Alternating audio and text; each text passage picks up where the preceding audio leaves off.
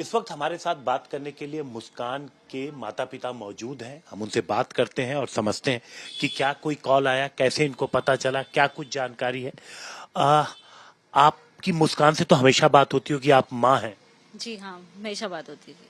तो कभी आपको शक हुआ कि वो अपने पति से मतलब खुश नहीं है, अलग होना चाहती हैं? कोई ऐसी कभी झगड़ा, कभी कोई बात? नहीं, हम उससे हमेशा उसके साथ रहते थे, बात करते रहते थे। वो ये कहती थी, नहीं मम्मी, मैं सौरभ से बहुत प्यार करती हूँ। तो आखिर कब आपको शक कब हुआ? ऐसी कौन सी बात मुस्कान ने कही जिससे आपको शक हुआ? अब ये जब ये 5 तारीख को घूमने गए हैं, तो हमें शक इसलिए हुआ कि सौरभ ने एक भी बार हमसे बात नहीं करी। अच्छा, वैसे करते थे? वैसे हम करते थे, हाँ, हम जब करते थे हमारी बात का रिप्लाई करते थे वो। ठीक है। लेकिन इस बार नहीं करा उन्होंने।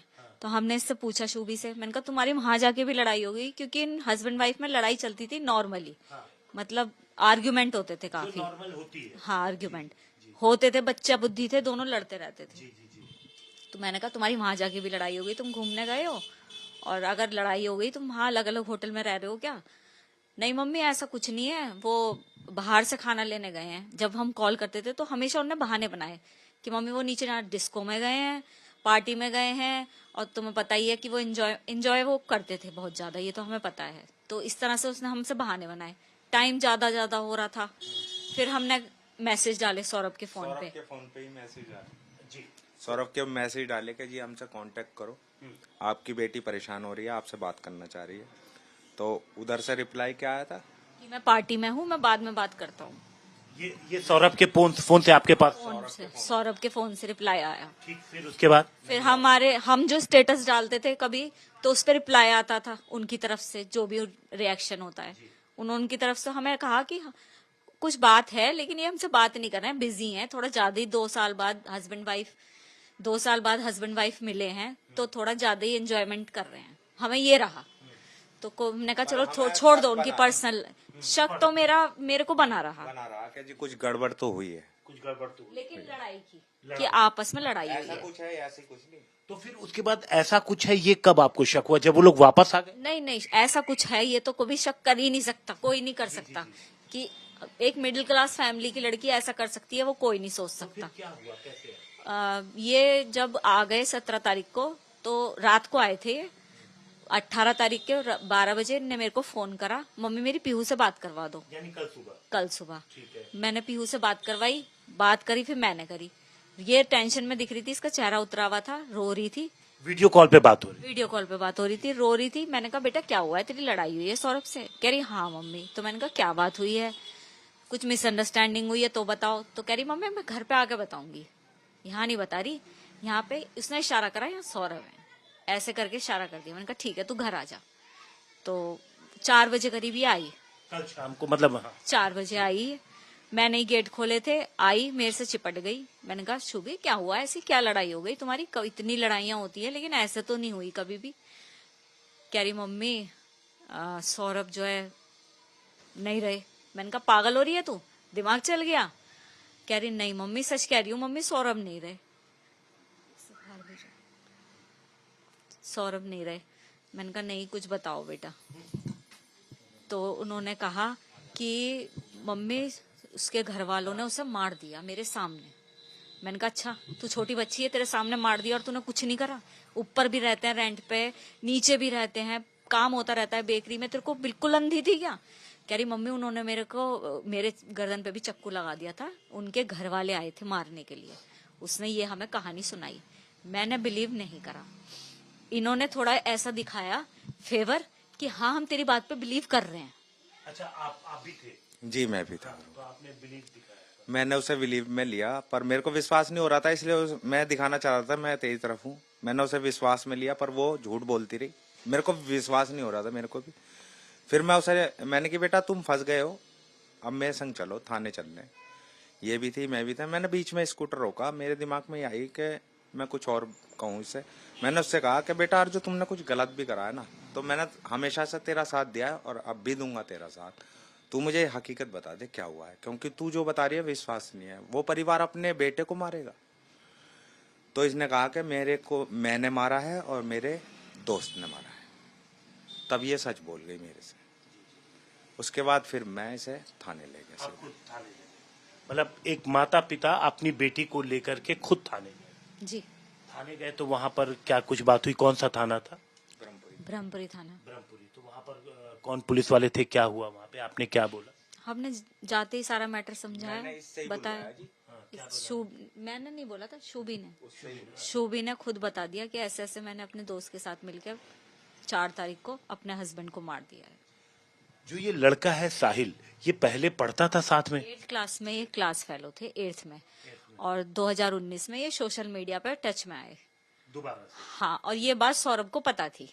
ठीक है। सौरभ उन्होंने कुछ ब्लॉग भी करवाया, उनकी पर्सनल लाइफ थी, हमें नहीं पता इस बारे में, लेकिन ब्लॉग भी करवाया। लेकिन उसे उन्हें ये भी पता था कि ये बात करती है उनसे, क्योंकि वो लंदन में रह के, उनके फोन में भी सब डिटेल्स मिल जाएंगी, लंदन में रह के इस पे पूरी नजर रखते थे। अपने फ्रेंडों द्वारा। अच्छा, अपने दोस्तों के द्वारा? हाँ, इस पर नजर रखते थे। एक बार उन्हें कुछ शक हुआ होगा तो इसे फोन करके कह रहे हैं कि तुम रूम पर जाओ उसके, मुझे ठीक नहीं लग रहा। तो उस लड़की ने रूम नहीं खोला था। अच्छा, घर नहीं खोला था? अपना रूम का दरवाजा नहीं खोला, हमें अंदर नहीं लिया। अच्छा, आपको अंदर? ये कब की बात है? तारीख तो याद नहीं। मतलब कितना समय हो गया? 5-6 महीने पहले, 5-6 महीने? 5-6 महीने पहले की बात। तो जब उन्होंने रात को हम मुझे फोन करा, हमने मैं और मेरा बेटा गया, तो हमने, लैंडलॉर्ड ने मेन दरवाजे तो खोल दिए, लेकिन उसने रूम के दरवाजे नहीं खोले कि मम्मी ये जरूरत से अंदर से आवाज आई, मम्मी ये मुझ पे जरूरत से ज्यादा शक करते हैं, आपको भी करना है करो, लेकिन मैं ऐसे नहीं शो करने की कि हाँ मैं गलत हूँ। अब आपको विश्वास करना है तो करो, और उन्हें करना है तो करो। लेकिन अगले दिन वो दोनों नॉर्मल, मैं बुरी बन गई। सौरभ और शुभी नॉर्मल थे, आपस में बात कर रहे थे व्हाट्सएप पे। मेरा को गुस्सा इसलिए आया क्योंकि उनने मेरे लिए दरवाजे नहीं खोले, क्योंकि हमारा तो दिमाग में शक जाएगा ही, उसने मेरे लिए दरवाजे नहीं खोले। और अगले दिन सौरभ और शुभी बात कर रहे थे। मैंने बल्कि सौरभ से ये कही फिर फोन पे, मैंने कहा सौरभ तुम दोनों एक हो जाते हो, पेरेंट्स को बुरा बनवा देते हो, अब मैं आप तुम्हारे कहने से नहीं जानी क्यों, अब आप अपनी प्रॉब्लम्स खुद सॉल्व करना। सौरभ अपनी फैमिली से संपर्क में था या नहीं? संपर्क में थे, उनसे थे, लेकिन बातचीत नहीं? नहीं बातचीत भी थी, संपर्क में भी थे, सब जाते थे, जाते भी थे, बेटी को भी लेके जाते थे अपने। उनकी मदर खाना भी दे देती थी, खाना लाके हस्बैंड वाइफ और बच्चा खाता था, उनके हाथ का खाना जाते थे। जो साहिल है ये क्या कुछ काम करता है या नहीं करता? ये चीज हमें नहीं पता। देखिए, ये केवल सौरभ, शुभी और वही जानते हैं, क्योंकि पेरेंट्स इतना नहीं घुसते बच्चों की लाइफ में। आपको पता है आजकल बच्चों को प्रिवेसी दी जाती है। अच्छा, तो कैसे आपको लगता है कि आखिर ऐसा क्या था कि आपकी बेटी साहिल की बातों में आ गई? क्या कुछ नशा वगैरह? 2 साल से जब सौरभ यहाँ नहीं थे, लंदन में थे, इन्होंने, वो खुद बहुत नशे करता है लड़का, देखने में ही पता चलता है कि वो कैसा है। उसने इसे पहले धीरे धीरे दिए हैं नशे। हमें भी फील होता था कि एक बच्चे का 2 साल में इतना वेट कम कैसे हो गया। तो हमारे दिमाग में ये, मैं सौरभ से कहती, मैं सौरभ तुम्हारे याद में ये इसने 10 किलो वेट कम कर लिया है। तो कह रहा हाँ, उन्हें भी यही लगा कि ये मेरी वजह से हो रही है, लेकिन वो नशे कर रही थी। किस तरीके के? कभी कोई बात? इंजेक्शन अब बताए उनने कल हमें, में भर के कल उनने हमें बताया था जाते समय। मैंने कहा बेटा तूने ये काम कैसे कर दिया, तू उंगली तो काट नहीं सकती, ऐसे कैसे कर दिया बाबू तूने? तो बताया मम्मी मैंने नशे के बिना नहीं रह सकती। सौरभ, उन्होंने मुझे बताया, उसने साहिल ने मुझे बताया कि अब तुम नशे नहीं कर सकती, सौरभ आ गए हैं, अब हमें यहाँ से हटाना पड़ेगा लाइफ में से अपनी। और उसने उनकी बात पे एग्रीड करा। कुछ अजीब से बिहेव कर रही है लड़की, नशे की वजह से कर रही है। डिस्टर्ब है नशे की वजह से, तो वो अजीब सी बातें कर रही है। इंजेक्शन और क्या सिगरेट में? सिगरेट में भर के, और पाउडर भी ले रखा है कोई, ड्रग्स वगैरह ये उपलब्ध कराता था ये लड़का साहिल। और जिस दिन मर्डर हुआ है, मैंने कि क्यों करा तुमने ये काम, तो ये मेरी लड़की कह रही है कि उसने ये कहा कि अब हमें नशे करने को ये मंजूरी नहीं देगा और हम नशे नहीं कर पाएंगे, अब क्या करना है। तो उनने कहा इसे हटाना पड़ेगा, इसके दोस्त ने कहा इसे हटाना पड़ेगा तभी हमें नशे मिल सकते हैं। उसके बाद ये इन्होंने कर दिया। तो बताया कि कैसे किया? मतलब उस वक्त क्या नशा था? कोई इंजेक्शन वगैरह? लड़की ने ये पहले उसे नशीली दवाई दी खाने के साथ में, एक साथ खाना खाया दोनों ने और नशीली दवाई दे दी। और जब वो बेहोश हो गया तो अपने फ्रेंड को बुलाया, और फ्रेंड को बुलाने के बाद मैंने कि उस टाइम तुम होश में थे? नहीं, मैंने नशा कर रखा था, फ्रेंड भी नशे में आया था। तो इसने उसे अंदर लाकर और उसने पहले चाकू उसके सीने में मारा है, उसके बाद फिर घसीट के बाथरूम में ले गए, उसके टुकड़े कर दिए। और वो सीमेंट में पैक करके फिर चले गए। हाँ जी। और बेटी वो कब आपके घर पहुंचा के गए? 4 तारीख को मर्डर से पहले या उसके बाद? बेटी तो दामाद छोड़ के गए थे। मेरा दामाद छोड़ के गया था अपनी बेटी को कि मैं थोड़ा ये अपने पास रख लो, अभी ये स्कूल इसका बंद है, मैं जब खुलेगा तो लेने आ जाऊंगा। अच्छा, वो खुद सौरभ छोड़ के गया। छोड़ गए थे वो तो हमें, जब नॉर्मल थे 1 तारीख को छोड़ गए थे कि इसके अब एग्जाम्स नहीं है 2 दिन, आप यहीं रख लो इसे। तो सौरभ को वापस जाना था या नहीं? हाँ वापस जाना था, वापस जाना था उन्हें।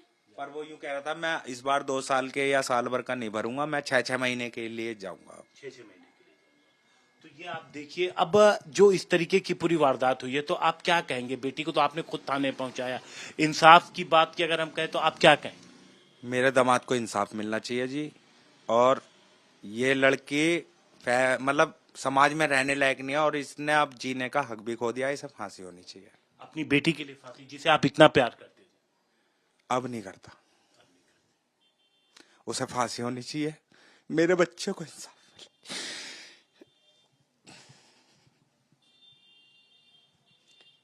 जस्टिस मिलना चाहिए। वो बहुत अच्छा था, ब्लाइंड लव करता था एक बच्चे की, मतलब उसके प्यार की कदर नहीं करी उसने, अपने मम्मी पापा तक को उसके लिए छोड़ दिया, अपने पैसे को ठुकरा दिया।